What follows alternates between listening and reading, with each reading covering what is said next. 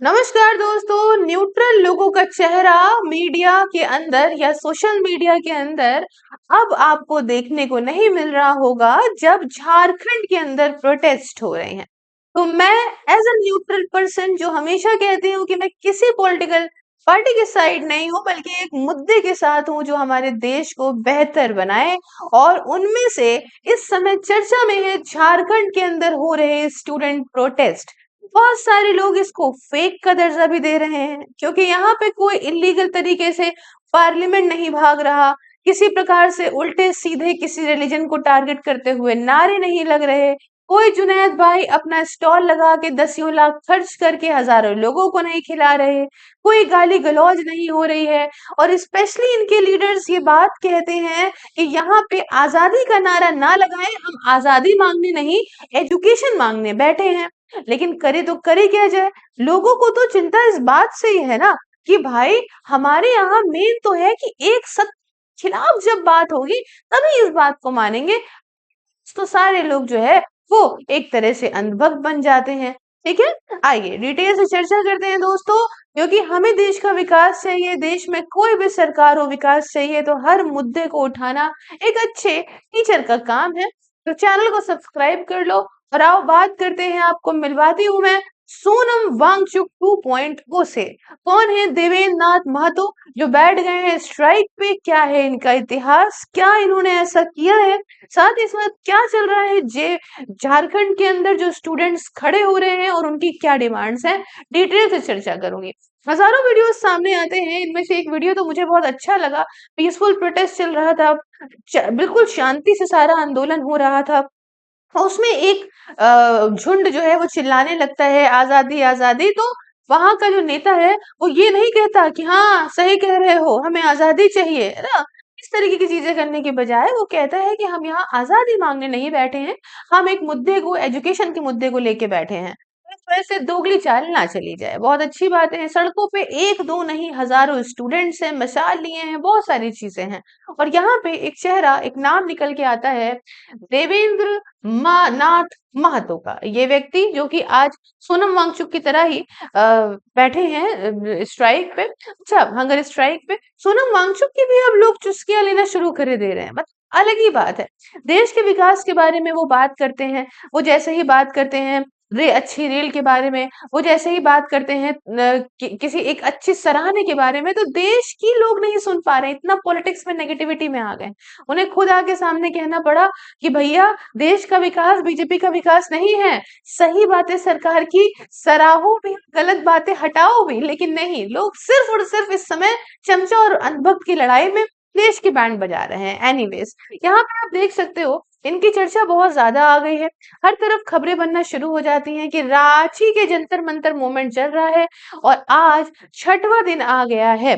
अब इसी बीच में वीडियोस निकल के आती हैं कि कॉकरोच जनता पार्टी के जो को फाउंडर्स हैं अभिजीत दीपके और दनका साहब वीडियो कॉल से बात करते हैं। ये वही लोग हैं जो लोग सरकार को बहुत ज्यादा क्रिटिसाइज करते हैं कि इतने बड़े बन गए हैं, क्या लोगों से माफी नहीं मांग रहे, क्या 10 साल की बच्ची से माफी क्यों नहीं मांग रहे, क्या ये वही है जो आ नहीं सकते और जंतर मंतर की तरह यहाँ पे सपोर्ट नहीं कर सकते क्योंकि ये उनके हिसाब का मुद्दा नहीं है। लेकिन चूंकि जनता अगेंस्ट हो जाती तो वीडियो कॉल पे बात करके एक ये दे दिया गया कि मेरी तबीयत खराब है। भाई साहब, अगर आपकी तबीयत खराब है अभिजीत जी, आप दुनिया भर के मीडिया हाउसेस में जाके अपना पॉडकास्ट कैसे दे रहे हैं, रोज आप आके एक वीडियो कैसे बनाए ले रहे हैं। टाइफाइड में तो आदमी उठ नहीं पाता, उसकी आंख नहीं खुलती है, बिल्कुल दिमाग खराब हो जाता है। लेकिन आपको देख के ऐसा कुछ नहीं लगता। हो सकता है थोड़ी बहुत तबीयत खराब हो तो आप अपने किसी चिंटू को भेज देते, लेकिन नहीं, ये आप लोग बच्चों पॉलिटिक्स नहीं समझोगे। पॉलिटिक्स का मतलब ही ये होता है कि आड़ किसी और की यहाँ पे आप दूसरे के कंधे पे रख के जो है वो बंदूक चलाने वाला काम होता है पॉलिटिक्स का। बहरहाल, उसको जो है वो जो है हम टॉपिक नहीं चेंज करेंगे। अगला बड़ा मूवमेंट आप देख सकते हो सोशल मीडिया, और देखिएगा इसी के थ्रू आपको देखने को जरूर मिलेगा। स्टूडेंट के लीडर देवेंद्र नाथ महतो जी ने शुरू करा है एक इनडेफिनेट हंगर स्ट्राइक जो कि जयपाल सिंह मुंडा स्टेडियम रांची के अंदर है। इस स्टेडियम में भी दो भागों में चीजें डिवाइडेड है। एक जगह पे जो है, मतलब जहां पहले स्टूडेंट प्रोटेस्ट कर रहे थे वहां से थोड़ा सा शिफ्ट हुए हैं, उन्होंने अपनी लोकेशन वगैरह भी डाली है। प्रोटेस्ट का टारगेट है कि झारखंड पीसीएस के अंदर जो रिक्रूटमेंट एग्जाम है उसमें इरेगुलरिटी है दोस्तों। जे एसएससी जे डबल एससी सीजीएल एग्जामिनेशन में दिक्कतें हैं। इवन ऐसी चीजें हैं जहां पे बच्चों के ज्यादा नंबर वालों का रिक्रूटमेंट ना हो के कम वालों को यहाँ सेलेक्ट कर लिया गया है। दूसरे स्टेट के रिक्रूटमेंट टेस्ट और स्टूडेंट का बार बार ये क्लेम करना है कि पेपर लीक और रिक्रूटमेंट के फेलियर्स हजारों लोगों का करियर डिस्ट्रॉय करते हैं। दोस्तों यहाँ पे मैं इतनी बड़ी बात कहना चाहूंगी, दोनों ही जो भी हमारे एक सेगमेंट है जो रिक्रूटमेंट का है, देखिए आपका सिर्फ पढ़ाई करना किसी काम का नहीं, नौकरी आपको जरूरी है। और नौकरी के लिए कुछ चंद 100 नौकरियां निकल में न जाने कितने हजारों लाखों बच्चे उसकी तैयारी करने में अपना टाइम जिंदगी सब बर्बाद करते हैं। लेकिन अगर वो बर्बाद कर रहे हैं तो कम से कम फेयर तरीके से उनका सिलेक्शन तो हो ही जाना चाहिए। या अगर नहीं भी हो रहा है तो जो उनके मार्क्स कम है वो उनकी काबिलियत के बेसिस पे कम होने चाहिए या नहीं होने चाहिए। ये कौन सी बात है कि बच्चा पूरी मेहनत करके एग्जाम दे के आ रहा है, पेपर लीक हुआ जा रहा है, या तो एग्जाम पूरी तरह से वो दे के आ रहा है लेकिन जब रिजल्ट निकल रहा है तो रिजल्ट उन बच्चों का निकल रहा है ज्यादा जिनके नंबर कम थे। तो ये जो बीच में धांधलीबाजी है ये गलत होनी चाहिए। चाहे बच्चे की पढ़ाई के टाइम पे, कॉलेज मिलने के टाइम पे, एक अच्छा करियर चुनने के टाइम पे, या फ्यूचर में कोई भी नौकरी के टाइम पे, सबका वक्त इंपॉर्टेंट है। सब देश को सर्व करना चाहते हैं। यूं ही कम नौकरियों में इस तरह से अगर वो परेशान होंगे तो कैसे चलेगा। इसी में एक चेहरा बाहर निकल के आता है, वो है देवेंद्र नाथ महतो का। ये स्टूडेंट एक्टिविस्ट हैं दोस्तों। इस पूरे रिक्रूटमेंट रिफॉर्म के प्रोटेस्ट को लीड कर रहे हैं। इस हंगर स्ट्राइक में बैठने से पहले साथियों इन्होंने पीसफुल तरीके से मार्च और रैलीज निकाली थी और अब ये हंगर स्ट्राइक पे बैठे हैं। कहना है कि मूवमेंट जो है वो स्टूडेंट के भविष्य को बचाएगा, जो बात सत्य है। अगर मैंने भी प्रिपरेशन करी अपने टाइम पे, कुछ सर्कमस्टेंसेस घर की रही वो अलग बात थी, पर मैंने देखा है कि जो दिन रात आंख फोड़ते हैं वो आंखों में एक सपना लेते हैं कि हम अगर निकल गए तो हमारे बच्चे, हमारी जिंदगी, हमारे माँ बाप की जिंदगी, हमारा परिवार स्टेबल हो जाएगा। वो खासकर लोग जो बेचारे एक ऐसे परिवार से आते हैं जिनके पास बहुत ज्यादा संसाधन नहीं होते, तो वो अपनी जिंदगी पलटना चाहते हैं। उसमें वो अपनी जिंदगी के साल 2 साल 3 साल इन्वेस्ट करते हैं, शायद नौकरी ना करते हो, किसी तरह से माँ बाप उनको पढ़ाते हो, पर ऐसे धांधलेबाजी होना उनकी जिंदगी, उनके पैसे, उनकी उनकी हर चीज से खिलवाड़ है। तो हर इंसान बराबर है, क्यों नहीं कर सकता इसके लिए प्रोटेस्ट। ये पब्लिक फेस बने हैं उन फ्रस्ट्रेशन का जो कि बहुत ज्यादा झारखंड के एस्पिरेंट्स के अंदर भरे हुए थे। अब बात आती है स्टूडेंट्स गुस्सा क्यों थे, किस गुस्से में भरी हुई थी।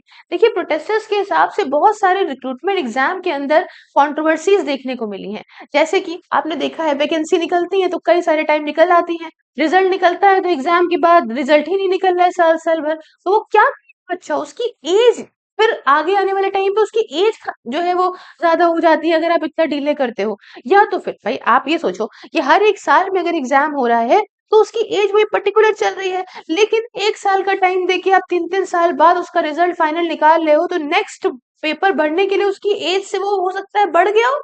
या तो फिर अगर बात करें तो इतने डिले एग्जाम का होना, रिजल्ट डिले निकलना, साथ ही साथ पेपर लीक हो गया। अब एक बार पेपर लीक हुआ, लोग अब दूसरा भरने बैठा, फिर वो बाहर हो गया या उसका मोटिवेशन खत्म हो गया। इसके साथ साथ प्रेशर बढ़ता है, लोगों को पैसा चाहिए होता है घर चलाने के लिए, वो प्रेशर बढ़ता है, दिमाग पे प्रेशर बढ़ता है, पढ़ाई करने का इतना दिल नहीं चाहता।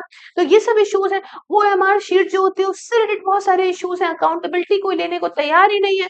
कोई बात नहीं, हो गया तो हो गया, दोबारा करा देंगे। क्या तमाशा है ये? आपकी सैलरी रगड़ा रही है ना। जो बच्चे जो परेशान हो रहे हैं वो टैक्स पेयर के बच्चे हैं, वो क्यों परेशान होंगे भाई। इयर्स ऑफ प्रिपरेशन उनकी वेस्ट हो जाती है बुरी तरह से। और बहुत सारे एस्पिरेंट्स का आर्ग्यू करना है कि अपनी जवानी के वो खूबसूरत, वो मजबूत, वो सबसे ज्यादा वैल्यूएबल सालों को बर्बाद करते हैं just because of these people जो सिंसियर नहीं है इन चीजों में। स्टूडेंट्स का डिमांड सिंपल करना है कि आप जो 14th Jharkhand PCS preliminary exam हुआ है उसको कैंसिल करिए, रीटेस्ट कराइए उसका। साथ ही साथ इन्वेस्टिगेट करिए कि क्यों आखिरकार सभी एग्जाम्स के अंदर इस प्रकार से इरेगुलरिटीज होती हैं। पनिश करिए उन लोगों जिन्होंने यहाँ पे ये कराया है, रिस्पॉन्सिबल है जो लोग। क्योंकि अगर ये नहीं होगा तब तक के लिए आप सोचिए डर का माहौल नहीं बनेगा। और उसके बाद आप ये ध्यान रखिए क्या लूप होल्स है, क्यों आखिरकार, आखिर क्या वजह है जो बीच में पेपर लीक से इस प्रकार की घटनाएं देखने को मिलती हैं। लॉन्ग टर्म में स्टूडेंट का मानना है कि आप जेपीएससी और जेएसएससी के अंदर इस रिक्रूटमेंट सिस्टम में रिफॉर्म जरूर लेकर आओ। इसमें पारदर्शिता, ट्रांसपेरेंसी आनी चाहिए कि किस बेसिस पे आप ये चीजें कर रहे हो, एग्जाम की सिक्योरिटी और इम्प्रूव हो, और बार बार होने वाला पेपर लीक खत्म हो, जो कि एक बहुत बड़ी समस्या है पूरे देश के अंदर।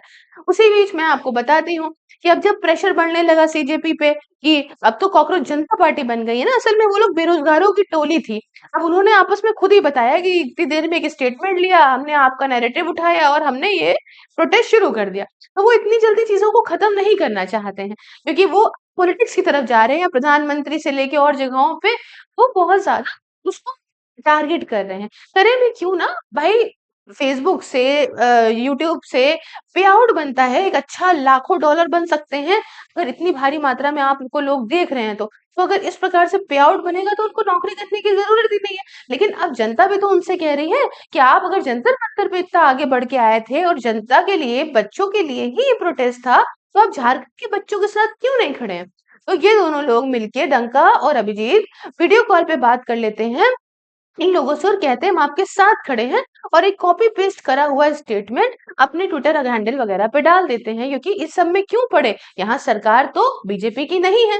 और मुझे पहले से ही पता था, ये कभी से ही स्टूडेंट प्रोटेस्ट तो देखिए था ही नहीं, है ना, सिंपल सी बात है कि अपना रोटी सेकने वाली बात है। बट इस बीच में अगर बच्चों का भविष्य अच्छा होता है, अगर एक सही मुद्दा उठाया जा रहा है एजुकेशन का, तो इसमें कोई बुराई नहीं है। हम भी खड़े थे और लोग भी खड़े हैं, पूरा देश खड़ा हो गया था, तभी आज आपने इस्तीफा देखा भी है।